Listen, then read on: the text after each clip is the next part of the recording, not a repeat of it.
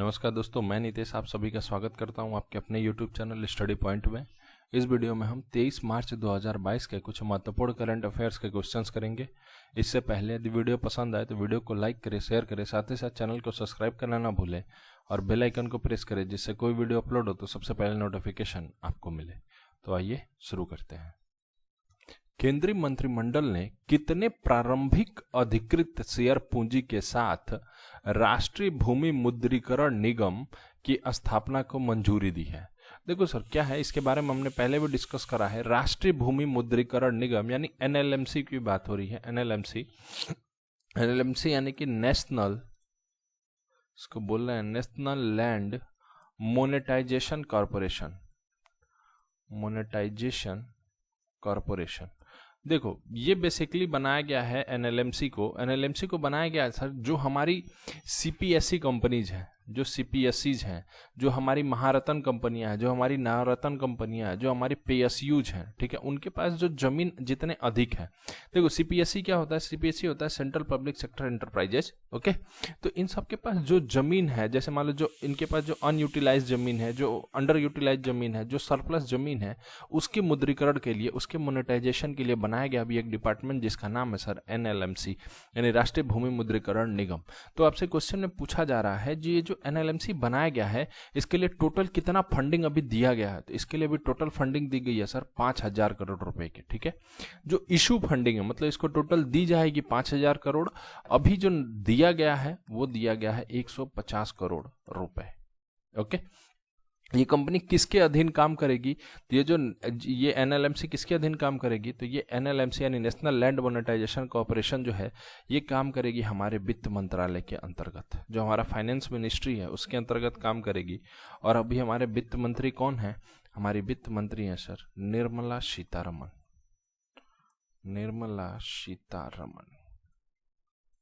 Okay, तो ये बात भी सर आपको पता होना चाहिए।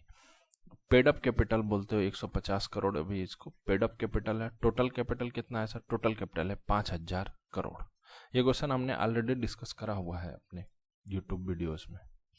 सुप्रीम कोर्ट ने किस मुद्दे की देखरेख के लिए गठित उच्च अधिकारी समिति के अध्यक्ष के रूप में अपने पूर्व न्यायाधीश न्यायमूर्ति AK सिकरी को नियुक्त किया है? देखो सर, ये है जो मुद्दा है वो है सर चार धाम परियोजना। इस क्वेश्चन को पहले समझना होगा सर आपको। देखो, चार धाम परियोजना या लघु चार धाम जो कहते हैं वो किसको किसको कहते हैं? देखो, चार धाम में आती हैं गंगोत्री, यमुनोत्री, जहां से गंगा नदी निकलती है और जहां से यमुना नदी निकलती है, मानते हैं गंगोत्री और यमुनोत्री। ठीक है, केदारनाथ और बद्रीनाथ, इन चारों को बोला जाता है सर लघु चार धाम कह लो या चार धाम। ओके, अब देखो सर, गंगोत्री और यमुनोत्री जो है ये पड़ती है सर उत्तरकाशी डिस्ट्रिक्ट में, सभी उत्तराखंड में पड़ती हैं, उत्तराखंड के उत्तरकाशी डिस्ट्रिक्ट में। केदारनाथ किस लिए फेमस है सर? केदारनाथ में है भगवान शिव का कई ज्योतिर्लिंगों में से एक ज्योतिर्लिंग है केदारनाथ में। ठीक है, केदारनाथ पड़ता है सर रुद्रप्रयाग में, रुद्रप्रयाग डिस्ट्रिक्ट में। ओके, और बद्रीनाथ है चमोली डिस्ट्रिक्ट में, चमोली। पूछा जाता है सर केदारनाथ में कौन सी नदी बहती है? तो केदारनाथ में पूछे तो केदारनाथ में है मंदाकिनी, और बद्रीनाथ की पूछे तो बद्रीनाथ में है सर अलकनंदा। ये ध्यान रखना, केदारनाथ में भगवान शिव की मूर्ति है, भगवान शिव का ज्योतिर्लिंग है, और बद्रीनाथ में भगवान विष्णु। ओके, ये आपको पता होना चाहिए सर। ठीक है, अब देखो, अब क्या हो रहा है, चार धाम परियोजना के तहत इन चारों जगहों को, ये गंगोत्री, यमुनोत्री, केदारनाथ और बद्रीनाथ है, यानी उत्तरकाशी, रुद्रप्रयाग और चमोली को एक हाईवे के तहत जोड़ा जा रहा है। ओके, एक हाईवे बना के, एक हाईवे के तहत इन चारों जगहों को क्या किया जा रहा है सर? जोड़ा जा रहा है चार धाम परियोजना के तहत। अब क्या हुआ है, जैसे देखो हमने देख लिया है कि अभी कितनी त्रासदी आई थी उत्तराखंड में। ठीक है, तो ये जो हाईवे बन रहे हैं इससे पर्यावरण को क्षति हो रही है कि नहीं हो रही है? हाईवे बनाने के लिए जो मंजूरी है उसके लिए कमेटी बनाई गई है जिसके अभी हेड बनाए गए हैं AK सिकरी। तो ये टोटल मुद्दा है सर चार धाम परियोजना को लेके। आई होप ये क्वेश्चन अब आपको समझ आ गया होगा। तो ये हाई पावर्ड कमेटी बनाई गई है पर्यावरण को देखते हुए। अब ये हाई पावर्ड कमेटी अब जो है ये अपना रिपोर्ट सौंपेगी और ये बताएगी वहाँ पे हाईवे बनना चाहिए नहीं बनना चाहिए, किस प्रकार से क्या क्या चीज़ों का ध्यान रख के बनना चाहिए। तो इसके अध्यक्ष बनाए गए हैं न्यायमूर्ति AK सिकरी और ये परियोजना है सर चार धाम परियोजना। हाल ही में किस केंद्रीय मंत्री ने virtual smart grid knowledge centre का और इनोवेशन पार्क का शुभारंभ किया है? तो देखो सर, अगर वर्चुअल की बात करें, virtual smart grid knowledge centre, तो इस और इनोवेशन पार्क का जो शुभारंभ किया, जो उद्घाटन करा है, वो करा है सर RK सिंह ने। ओके, और RK सिंह कौन है? RK सिंह है हमारे केंद्रीय बिजली मंत्री, जो पावर कॉरपोरेशन पावर मिनिस्टर है, वो कौन है? वो है सर RK सिंह, और इन्होंने करा है sir virtual smart grid knowledge centre का शुभारंभ। ओके, देखो अगर वर्चुअल की बात करें तो वर्चुअल तो अभी खुला है, virtual smart grid knowledge centre, ठीक है। लेकिन अगर सिर्फ स्मार्ट ग्रिड नॉलेज सेंटर की बात करें, ध्यान रखना, अगर सिर्फ स्मार्ट ग्रिड नॉलेज सेंटर की बात करेगा तो स्मार्ट ग्रिड नॉलेज सेंटर का उद्घाटन सर 2018 में ही हो गया था। ये कहाँ हुआ है? ये हुआ है सर मानेसर में, और मानेसर कहाँ है? मानेसर है सर गुरुग्राम, गुरुग्राम में, और गुरुग्राम कहाँ है? ये है हरियाणा में। ओके, तो हरियाणा के मानेसर गुरुग्राम में स्मार्ट ग्रिड नॉलेज सेंटर का उद्घाटन हो चुका था सर। ये हुआ था कब? 2018 में। इसे बनाया किसने था? इसे बनाया था power grid corporation of India ने, power grid corporation of India ने। ओके, तो ये बात भी आपको सर पता होनी चाहिए। तीसरा राष्ट्रीय युवा संसद महोत्सव जो नई दिल्ली में शुरू हुआ, का आयोजन लोकसभा के साथ किस मंत्रालय द्वारा किया गया था?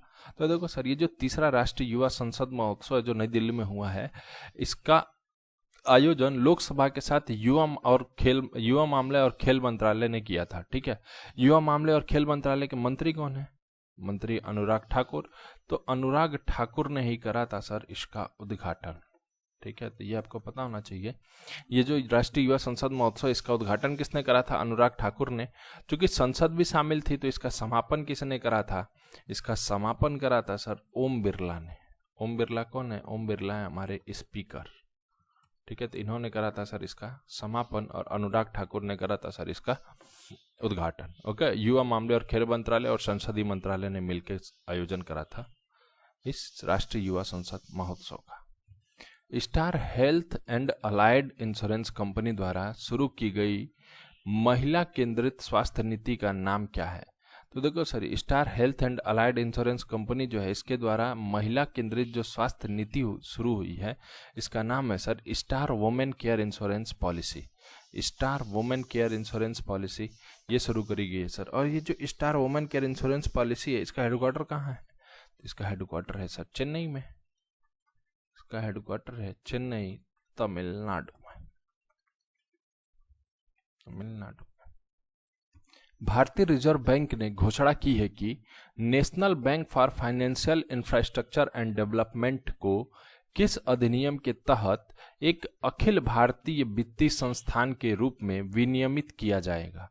देखो sir, national bank for financial infrastructure and development की बात हो रही है, जिसे बोलते हैं सर, बोल रहे हैं सर अभी नैफिड। नैफिड, ठीक है। तो नैफिड को जो अखिल भारतीय वित्तीय संस्थान के रूप में विनियमित किया जाना है, ये किस नियम के तहत किया जाना है, किस आर्टिकल के तहत किया जाना है? ठीक है, तो देखो सर, पहले बात समझते हैं अखिल भारतीय वित्तीय संस्थान क्या होता है। तो अखिल भारतीय वित्तीय संस्थान यानी AIFI की बात हो रही है, जिसे बोलते हैं ऑल इंडिया फाइनेंशियल इंस्टीट्यूशन। ठीक है, और ऑल इंडिया फाइनेंशियल इंस्टीट्यूशन अभी भारत के पास कितने थे? ये देखो, RBI के अंडर में काम करते हैं, अभी थे 4। ठीक है, अब नैफिड को लेके हो जाएंगे टोटल 5। ठीक है, 4 + 1 टोटल कितने हो जाएंगे? 5। 4 कौन कौन से थे? जैसे पहला नाबार्ड, पहले ये national urban and rural development bank था, ये पूरा काम RBI करती थी। तो RBI ने अपनी एक अथॉरिटी बना दी, जो कि जो नेशनल ये जो रूरल डेवलपमेंट बैंक है, रूरल डेवलपमेंट का जो काम है, ये अब एक पर्टिकुलर संस्था इसके लिए बना दिया इन्होंने। फिर दूसरा आता है Exim bank, export import bank. ठीक है, तो जो एक्सपोर्ट इम्पोर्ट से रिलेटेड काम है, अब वो ये देखेंगे। ठीक है, फिर नेशनल हाउसिंग बैंक।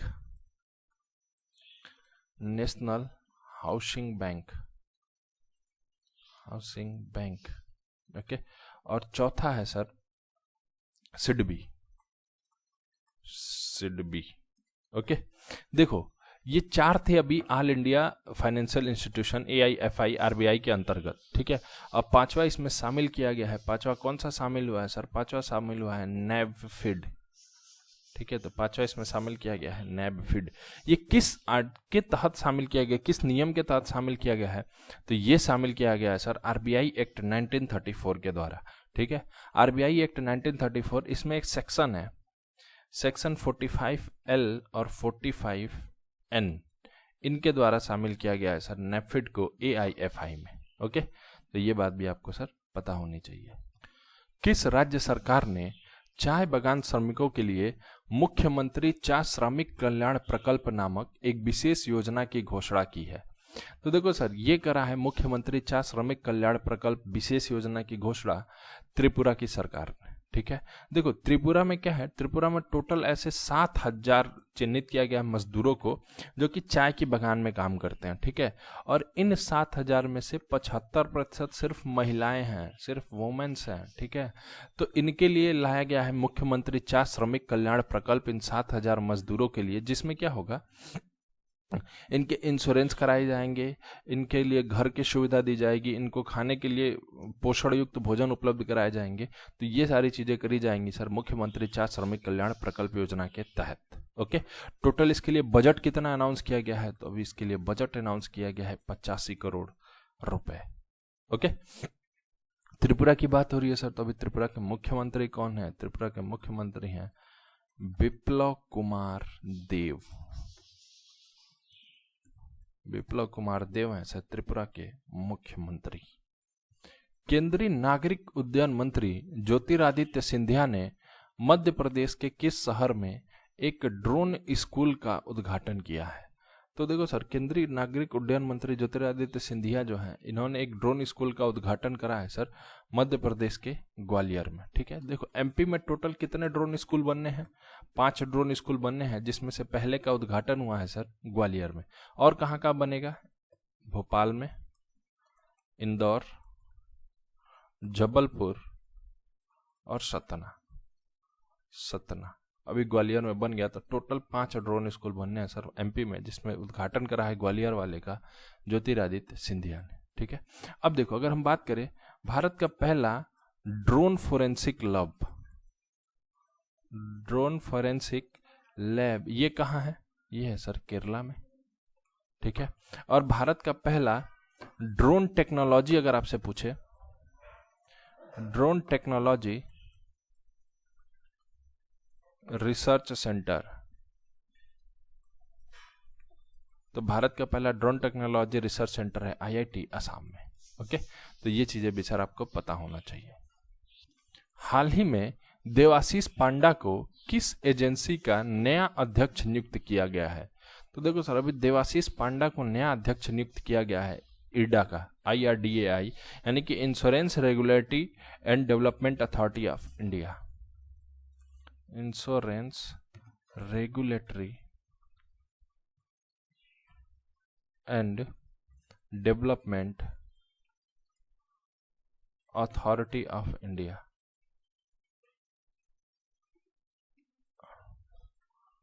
इंडिया का नया अध्यक्ष, ओके। देखो IRDAI का काम क्या है? इसका काम है सर, जो बीमा कंपनियां होती है ना, उसको रेगुलेट करना, ठीक है। इसकी स्थापना हुई थी 1999 में, यानी 1999 इसकी स्थापना हुई थी। इसका हेडक्वार्टर है सर हैदराबाद में, okay. Skoch state of governance ranking में कौन सा राज्य लगातार दूसरे वर्ष पहले स्थान पर रहा है? तो देखो sir, state of governance Skoch में पहले, स्कॉच का जो रिपोर्ट आती है स्टेट ऑफ गवर्नेंस, इसकी रैंकिंग में लगातार दूसरे बार पहले स्थान पर रहा है सर आंध्र प्रदेश, ठीक है। स्टेट ऑफ गवर्नेंस मतलब किसकी बात हो रही है? शासन की, जहां पे सबसे अच्छा शासन है, इसमें दूसरे स्थान पे रहा है सर आंध्र प्रदेश। देखो ये 2020 और 21 की रिपोर्ट है, अभी 2021 की रिपोर्ट आई है, तो 2020 में भी AP था, आंध्र प्रदेश था, और 2021 में भी है सर आंध्र प्रदेश, ओके। आंध्र प्रदेश के मुख्यमंत्री कौन है? आंध्र प्रदेश के मुख्यमंत्री हैं जगन मोहन रेड्डी, यानी जगन अन्ना, ओके। और आंध्र प्रदेश के गवर्नर हैं विश्वभूषण हरिचंदन। विश्वभूषण हरिचंदन। ओके। देखो बात हो रही है आंध्र प्रदेश की, तो आंध्र प्रदेश में पोलावरम एक परियोजना है जो आपको पता होनी चाहिए, पूछा जा सकता है सर पोलावरम परियोजना कहाँ की है। यह है आंध्र प्रदेश की। आंध्र प्रदेश में 13 नए डिस्ट्रिक्ट बनाए गए हैं, 13 न्यू डिस्ट्रिक्ट बनाए गए हैं। और अब आंध्र प्रदेश में टोटल नंबर ऑफ डिस्ट्रिक्ट कितने हो जाएंगे? 26। 13 पहले थे, 13 अभी बनाया गया, टोटल कितने हो जाएंगे? अब हो जाएंगे सर 26। ओके। आंध्र प्रदेश ने लॉन्च किया है सर एपी सेवा पोर्टल। एपी सेवा पोर्टल भी किसने लॉन्च करा है? ये भी लॉन्च करा है सर आंध्र प्रदेश ने।